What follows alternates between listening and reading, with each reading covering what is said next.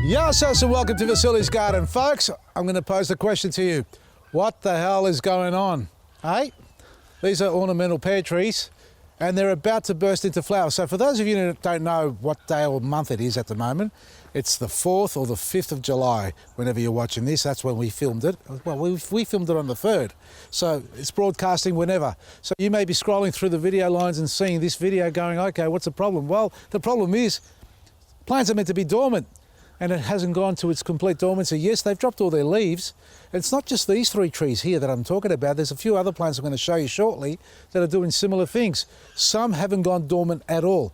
Now, there's a couple of things to factor in here. Microclimates. Everybody's garden has a different microclimate, depending on the surroundings, whether you've got fence lines, buildings, larger trees, small trees, shrubs, concrete as well, and things like that, or even heating systems that may actually expose a little bit of more hot air to the plants.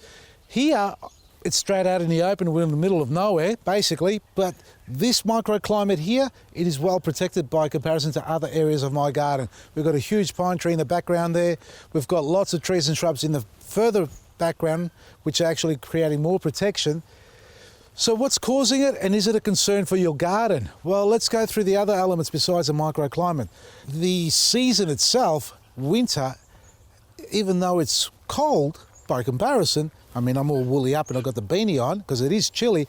It's not that cold in the earth. So we're getting a lot of cold weather days or high cold windy days, which will put the tree into dormancy. And as you can see, it's dropped its leaves, but the tree hasn't completely gone to sleep. It hasn't gone to sleep, gone dormant, because the soil temperature is still relatively high.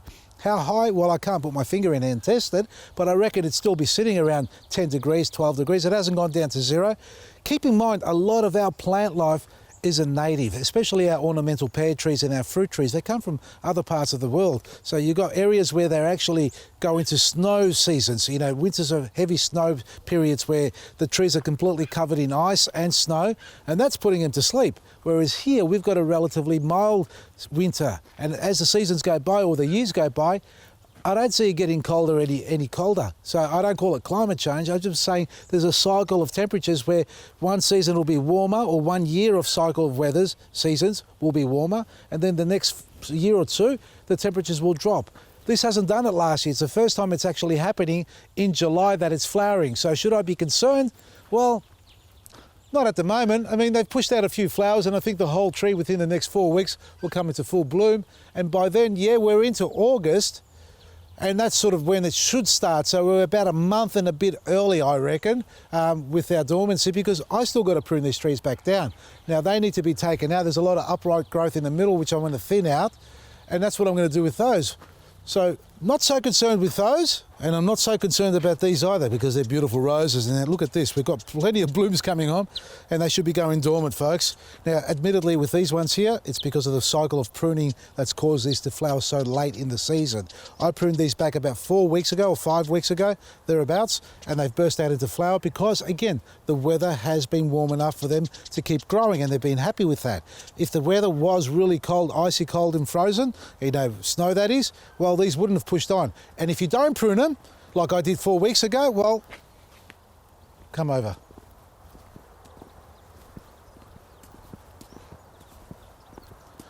And if you don't prune them, well, they're going to look like this. And that's what they should be at this time of year. Still a couple of little buds on top, but very insignificant, and a lot of wood inside that we're going to clean out. I'm not so concerned about the roses either, but what I am concerned about is this apple tree here, folks. Now, we haven't pruned this one. We're leaving this for the fruit tree workshop that we're going to conduct. So for those who haven't booked your class, book it so you can come down and see what we do with these trees. But look at this. Look at this fruit. This isn't last season's fruit, last springtime. This is actually from end of summer, early autumn. It actually flowered again, and it has set fruit. And it's tried again in these little clusters here. All these have to be knocked off. So this is what I'm concerned about when trees start to lose their cycle. And what we've got to do with this is basically remove them. Now, I'm not going to do it now. This is part of the actual workshop. And for those who want to learn how to do it, well, you only need one of these. But how you prune it and shape it and obviously aerate the middle about that is something that we demonstrate through the classes. Now, if you've got trees that are flowering and fruiting this time of the year, if they've got fruit like this on the apple, they're insignificant. Like this apple tree that is, they're insignificant, they're not going to mature. The tree here, it's lost its cycle. There's one here that's a little bit larger than the rest. So we've got to knock them off so we can allow the tree to go back into its cycle again, because we've got plenty of spurs here that'll fruit for us coming springtime.